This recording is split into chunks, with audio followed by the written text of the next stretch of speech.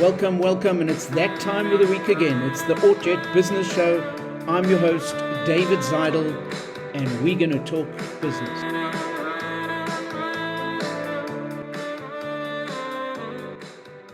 Today, we're lucky enough to have Joshua Kadish, the CEO of SourceFin. And if you haven't heard of SourceFin yet, you will hear about it tonight. Welcome. Thank you for having me, Dave. As you know, we start off with a short little business story, and then I'll introduce Joshua, and then we'll go into the conversation. So I saw a quote recently that says, focus on solving a problem, not just selling a product. And what that says is you must focus on the customer, what they need, not just what you've got to sell them. And it's kind of sounds like a recurring theme of you need to focus on what the customer wants. And if you have the right product, it will sell itself. If you've got the product that the customer doesn't want, no matter how hard you try and sell it, they're not going to buy it. So focus on what is their problem. And if you can solve the problem, that means you've got the right product. So Joshua is not only an admitted attorney, and he's a tribunal member at the Companies Tribunal, which serves as a role similar to an acting judge. But he's also a trailblazer in the financial sector, changing the financing game for entrepreneurs and small SMMEs. Under his leadership, SourceFin has reached an impressive turnover of 1 billion, over 1 billion rand. And that's in a very short period of time, about 4.5 years.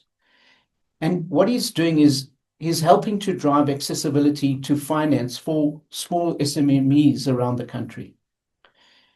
He went to school at King David Linksfield, then he did a BCom, LLB, and then a master's, LLM. And he's made history in a way, and I'm not going to give that away in a second. I'll let you know what that is. When he started SourceFin, Joshua was thinking big from day one. He attracted quite a few funders, and he's built the company to be the solution and what it is today. He'll share with us his remarkable journey, but not only that, he'll share with us the lessons that he's learned and tips if you want to run your business as a CEO. And when you hear this and the achievements, you might be sitting there thinking, I'm about to interview somebody who's 70 plus years old. And the truth is, he's more than half that age. And that's the achievement of achieving so much at a young age. Joshua, what I want to start off and ask you is, how do you get the experience of a 70-year-old by the age of 34? So firstly, thank you for the warm welcome and the intro. I don't think I could have done it better myself. In terms of the experience, I think the truth is, and what I've always loved is when you're young, you at your hungriest, you have this, and you should have this absolute thirst for knowledge and information and learning. I think that's something that always put me in good stead. Was working hard was really a prerequisite, and it was a non-negotiable. So working on weekends, working late hours, doing all those extra things, that was always going to be the path that I took. And I think just working harder, putting in the extra hours, working on an extra weekend, I think it's that thing where it all adds up over time. It slowly all adds up. And you do your 10,000 hours and you become an expert in what you do. And as soon as you get better at something, you have more of a, I would say, addiction to becoming better at what you do, because you now start knowing what you don't know. So I just always had that sort of thirst for knowledge, consuming content, learning, problem solving. And yeah, I guess that's really what's got me here today. Is it something that you just developed yourself, or does it come through your family somehow? Would you trace it back to any family members? Definitely family inspired. I've got quite a unique story in the sense that both of my families come from backgrounds that are quite straight down. So basically on my Kadish side, my father's side, on the paternal side, I'm a sort of the fourth generation. My brother is a farmer. My great-grandfather came from Lithuania with really nothing, couldn't speak English, and learned. And him and his brother came here on a boat. They figured things out. when he passed away, he left sort of a tiny farm the size of maybe one rugby field. And today, my father, my brother, my great uncle, my late grandfather, they all farmed every single day. They wake up at 5 in the morning, they drive through, they start working at 7, and they work a full day, no matter what. And then on the other side, on my Cooper side, interestingly, I'm a fourth generation lawyer. So my great grandfather, Simon Cooper, quite well known in our community, and he was a judge. So he was one of the first Jewish judges. And that's passed on. My grandfather's Michael Cooper, who's a really well distinguished senior advocate, and to this day works every single day. Works as hard as he can. My mom's a super successful psychologist in the clinical space, and it's just a non-negotiable from us. So I had these role models and people that I saw, and it was always work hard, love what you do, be passionate, make a difference, solve problems. And I knew no matter what industry I chose to go into, if I could adopt that same thing, I'd be successful. Tell us how you chose this, or did it choose you? I know you started off in law. And then how did you progress to joining SourceFin or starting SourceFin, and kind of take us through the route of how you got there, and then we'll unpack, once you're there, what do you do?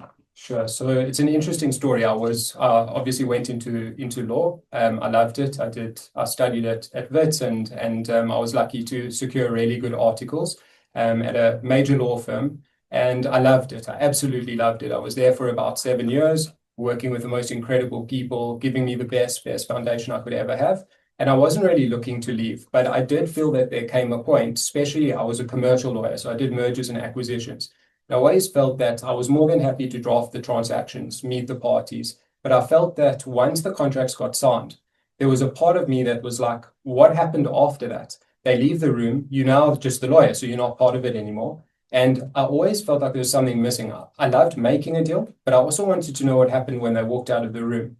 And so I did feel that was my entrepreneurial side. And even when I was a lawyer, I always had this keen business interest. I was always exploring ideas, investigating different opportunities. But when you're somewhere where you love and you're doing well, you're scared to move. So one day, one of my clients, who incredible entrepreneur, and he gave me a phone call and said, come and meet me. This isn't a legal consult. I actually want to pitch something to you. And after lots of convincing, it took 3 or 4 iterations until I agreed. That he had this great idea. We're solving a problem.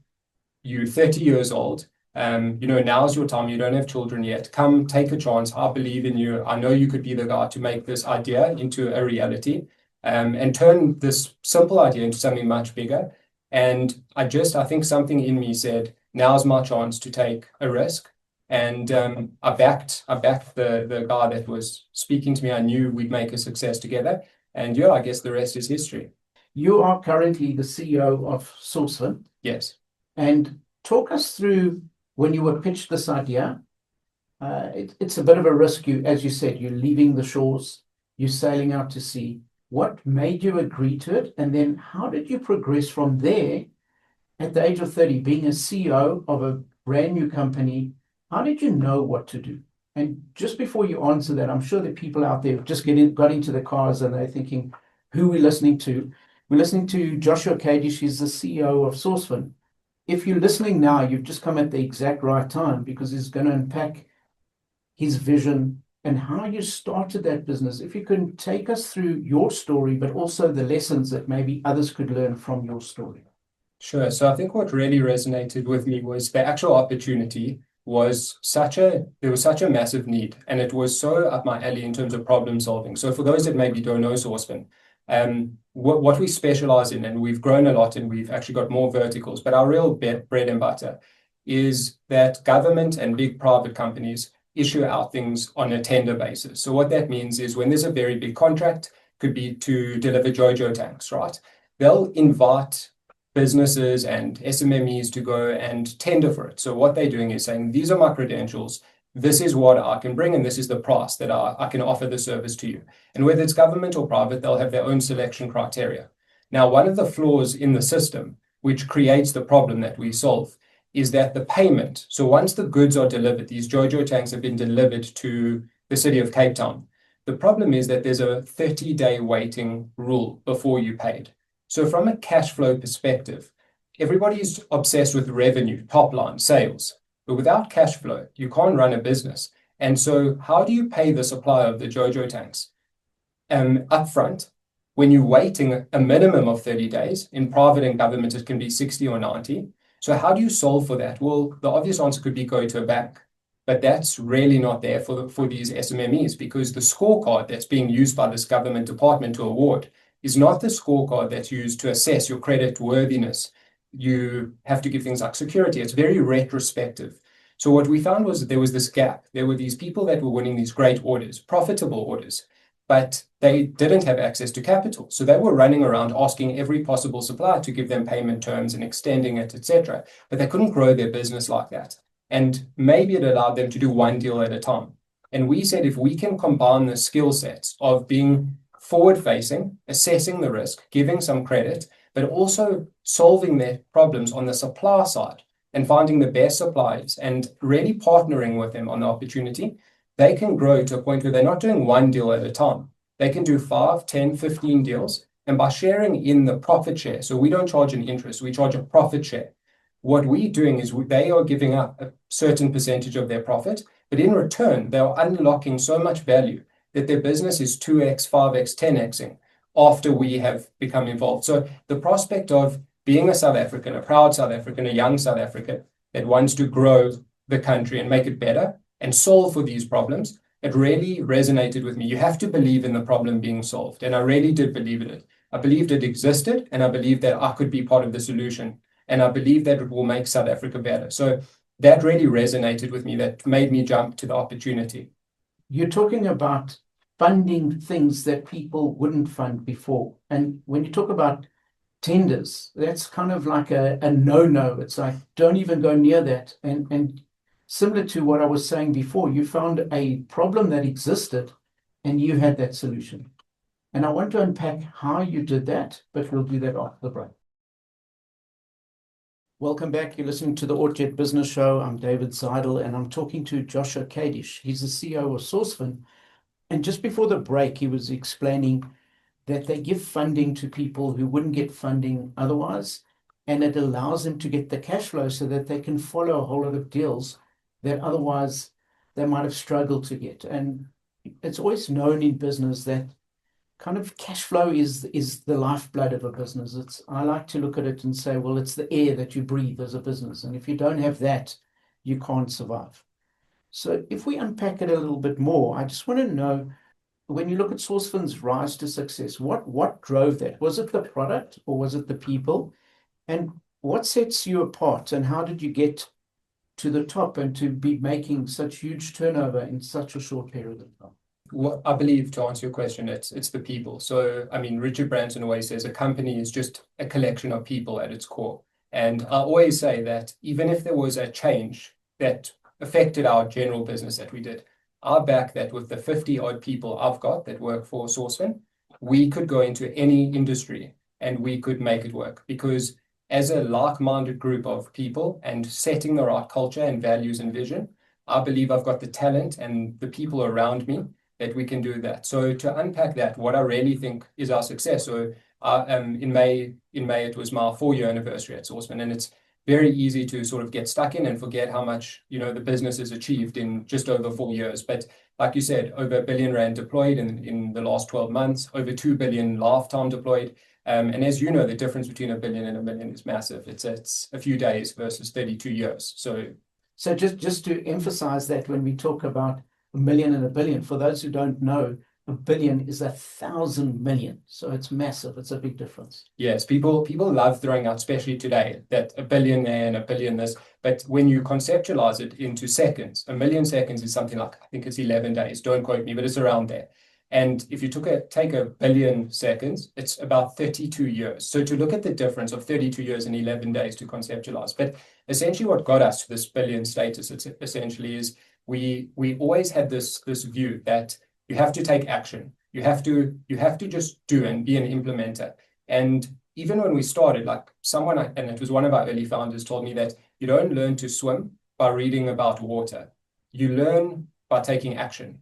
So even though I didn't know everything, I knew that if we act and we make mistakes, we can learn and we can plug that hole. And so the people around us, the competitors in the space, who are still the competitors today, that were much bigger than us, much more successful at that point in time, and now are not. We are the largest. What they were doing was they were coming from a traditional finance side. They had decades of experience, and the way they saw things was the way they were going to work. We were completely disruptive. So we made a rule amongst ourselves. We call it, and it still exists today, the 48-hour rule. So basically what that does, it encompasses our bias towards speed and action and execution.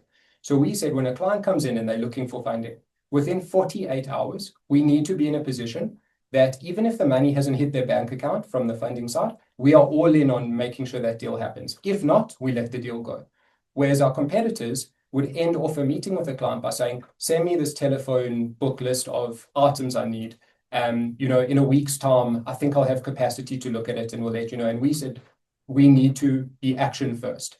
And we started like that, and we're doing any and every deal. And one day I was doing a deal where we were buying Clearview fencing, and the next day we were doing a deal where we're delivering food parcels to a jail. And all I viewed it was, this is my learning. These are my sort of years to pay my school fees. And we did. We lost some money on a construction deal, and it was a hard learning. But the losses and the learnings that we got as a result are so invaluable for SourceFin today.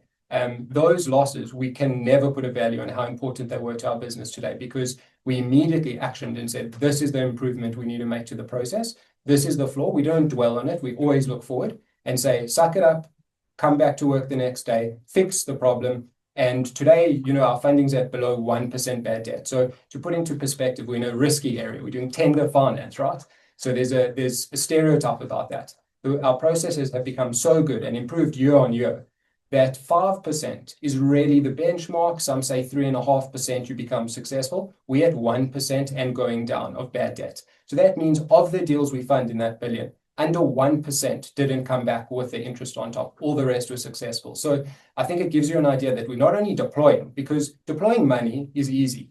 Recovering money as a fund is really the trick. So I think what set us apart was that mindset, which we still have today. And we action first. We don't do meetings to have meetings. We don't jump on a call to set a meeting and talk about when we can do it. We meet, we talk about action points, we have a clear agenda, and we make sure roles, responsibilities, timelines are set in the meeting, and we run from there. And sometimes we get it wrong, but we learn, we move forward, and we make sure that the same mistakes are never repeated. And how did you get into the space? How did the idea come about to actually start doing this? So my partner and co-founder, Avi Mishan, so he's got a consumer electronic business, which is massive presence in China. It's a massive institution today. He was the founder there and started also with really humble beginnings in that business. And it was around the COVID times. So the world was in a crazy place. I guess it is now still as well, but a different type of crazy. And everything was shutting. So he had a network in China and still does. And what he was able to see was very often in business, what happens in China is actually something that can translate into other areas, especially South Africa. And what he saw was that there was a lot of borders being closed. COVID had hit, and there was obviously a massive demand that had sparked for things like sanitizers and PPE and all those type of things. So what he did was he started aggressively importing this under his consumer electronic business. So overnight, he literally pivoted from selling headphones and calculators and speakers to being the biggest importer in South Africa of, everything from masks and gels and thermometer guns and all of those things, which he didn't know about, but he learned. And he brought them in. And exactly as he had predicted, the borders started shutting. You couldn't import things. He had flown them here. And all of a sudden, every single person was running to his doors to purchase from him. And a lot of these people were sitting with contracts for other government or big private companies, and they didn't have the money to execute, but they had a great order. He knew that if he supplies them and they are able to be in a position to execute and deliver, there's a very high likelihood they're going to pay him back with interest.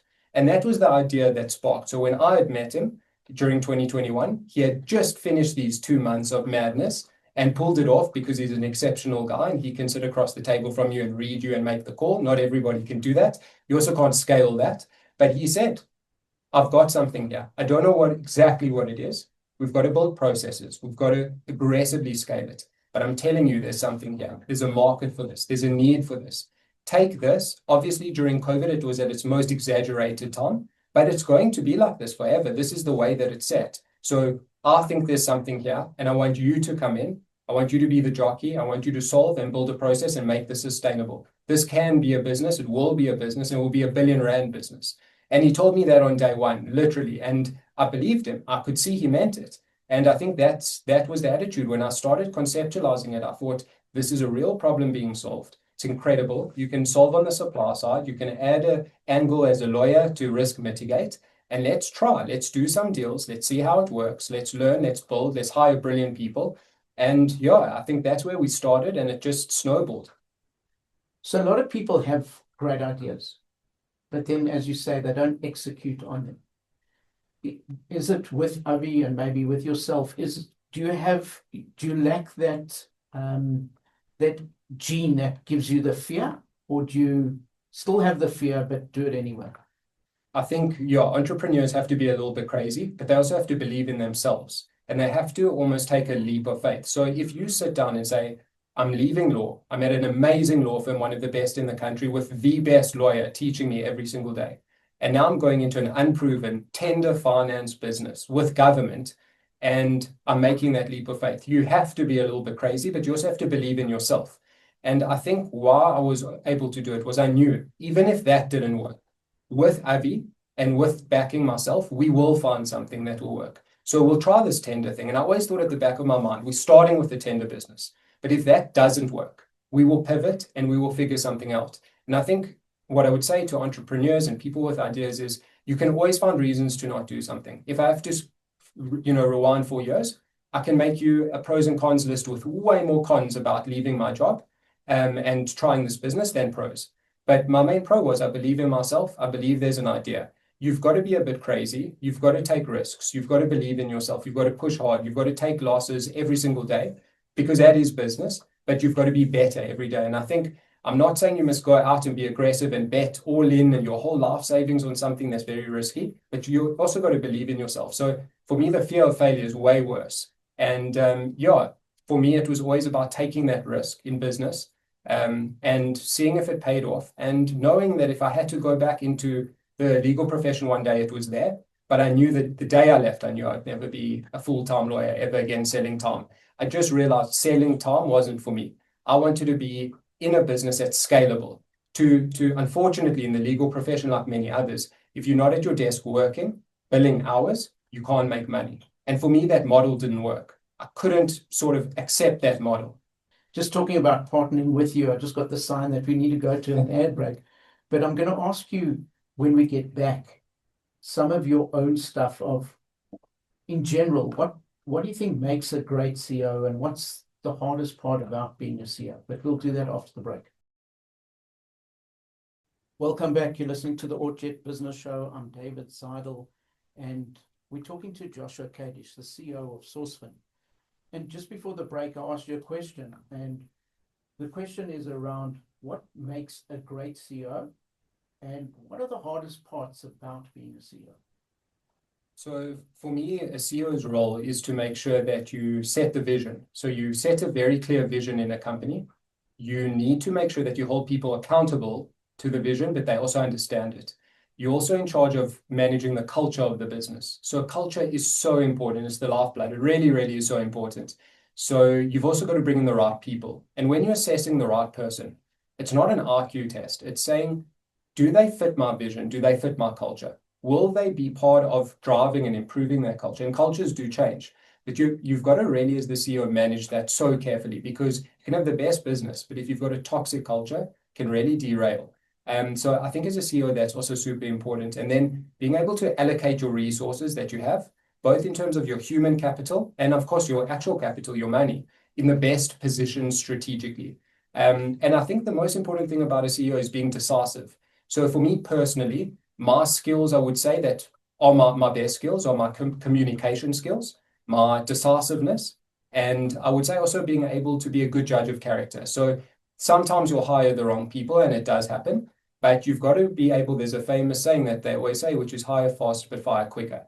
And what that really means is if you've got the wrong person on the bus, you've got to understand that it can become a toxic thing. And the wrong person could be they're not up to it from a capabilities perspective, but they could be superb. They call it a toxic superstar, someone that's amazing at what they do, but they're derailing the whole company from a culture perspective. So it's not a fun thing to do, but you are ultimately the custodian of that as the CEO. And I'm fortunate that we haven't made that many mistakes where I've had to go through that process, but that's the role of a good CEO is, acting quickly, being decisive. And I guess in terms of the hardest parts of a CEO, so I always remember I went to a talk by Vusi Thembekwayo, who's an amazing motivational speaker, and I saw him afterwards in Cape Town, and really, really great guy. And he always said that, everybody wants to be the CEO, but it's really the worst job because ultimately nobody knows, but from call it 9 to 5 when your employees are at the office, you are solving their problems. Your calendar is their calendar because the CEO is making maybe less decisions, but you're making more important decisions and you're solving the problems that other people don't necessarily want to or can't solve, and you solving them. And the problem that you have is when you get it right, you've got to push all the success and congratulations onto others. And when you get it wrong, you've got to shoulder that responsibility and take that on your own shoulders. So, your time doesn't belong to you, but you've got to be brave enough to be that CEO, to make those decisions. And you'll get some right and you'll get some wrong, but you've got to also learn from them. And sometimes it was the right decision at the time, but you didn't see something and you learn and become better. So I can confidently say today, I'm far better than I was 4 years ago, and I'm better than I was yesterday because today I learned something new. So that's really what I believe a good CEO does. Need to go to another ad break, but when we come back from that, I want to ask you for if there's a small business, what kind of advice could you give them? Welcome back. I'm David Zidel. You're listening to the Ort Jet Business Show, and we're listening to Joshua Kadish, the CEO of SourceFin. And I wanted to ask you, so I came across a small business recently where the guy's trying to grow the business, and he spent all his time trying to perfect the logo that he uses. And that's not driving sales, that's not driving business. If you look at somebody who's a small business trying to get customers, have you got advice for them where they are an expert in their field, but they kind of don't know how to get the business? What advice could you give them? So for me personally, I love sales and I love being in front of clients. Not all founders and business owners do. So you've also got to decide. I believe that a founder is generally the best salesman of their business. The reason is the passion that you have is clear. It's not put on. It's not a sales pitch. It's really something you can feel when you listen to a business owner, when they tell you their story. If you don't have that as a founder and you're not a salesman and you don't like being in front of people, that's fine. Get somebody that's amazing at doing that, but make sure that your story resonates with them so it's authentic. There's nothing worse than being sold something and you can just tell there's no authenticity behind it and there's no clear message or vision. So you've got to see really what you are the best at, what you can do. Like I mentioned, being a generalist versus a specialist. You can be a generalist, but there are going to be areas you do need specialists. You have to. And if you're solving a problem, yes, maybe the logo time, that's not really something a CEO should be doing or founder should be doing necessarily, but I sometimes understand it because as the founder, you feel that this business is more than a business. And it's hard to describe it, but it literally feels like that it's a piece of you.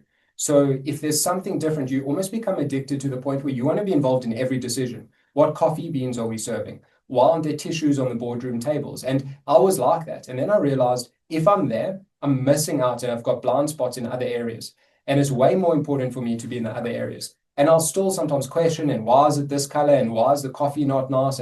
But you've got to trust people and you've got to just allocate your time and resources. So if you're a small business and you're the owner or, the decision maker, you've got to make sure that your resources, which are finite, are put into the best places. And business moves so fast and the world moves so fast. And I think with AI and what is happening now in business, if you're sleeping for a couple of days, someone can come and swipe your business from under you. So you really need to move fast. And like I said earlier in the show, for me, action is what teaches you. Don't study water to learn how to swim. Try swim, jump in the pool, do what you need to do. So for me, that's how I would approach it, is just start. Don't overthink it. Don't find every possible problem. Don't go in blind, but balance that planning. And, don't just study water, jump into the swimming pool. And is being an entrepreneur or is swimming for everybody? So do you need to be an entrepreneur, or maybe swimming's not for you, being an entrepreneur is not for you?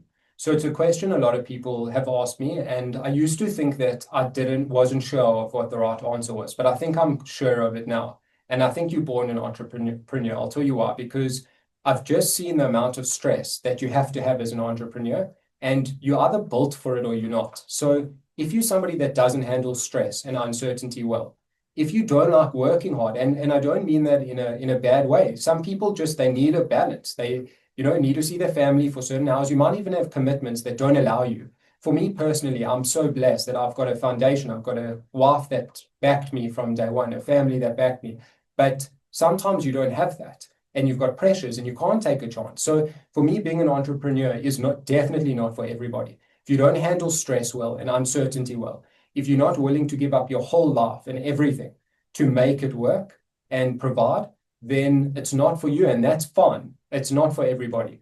But I believe you're born with that. It's in you, and and when you're not being an entrepreneur and you're in a different role, you feel a bit like you're empty when you leave it the rest of the day, or you start plateauing at a certain point. That's what I felt. I started feeling a bit hollow, like those commercial transactions I was drafting legal agreements for. It was so exciting in the beginning, but it just reached a point I wasn't getting the passion element. And I can say, honestly speaking, at SourceFin, there hasn't been one day, no matter how hard the day was, that I didn't leave with a passion, and my passion gets bigger and bigger every day. So I know we're onto something big, but we've just started. I know our journey is going to be one that everybody in the country will know about our company. So yeah, I think you've got to love that and have the passion and put out the fires. And if you don't take stress well, definitely don't do it, because the last thing you want is your employees or someone else thinking, geez, Josh is falling apart today. He doesn't look himself. And that transfers onto them. You got to walk out, smile on your face, no matter how hard it is, go home and say, I'm coming back tomorrow. I'm leaving what I've got here at the office. I'm seeing my family now. They deserve my time as well.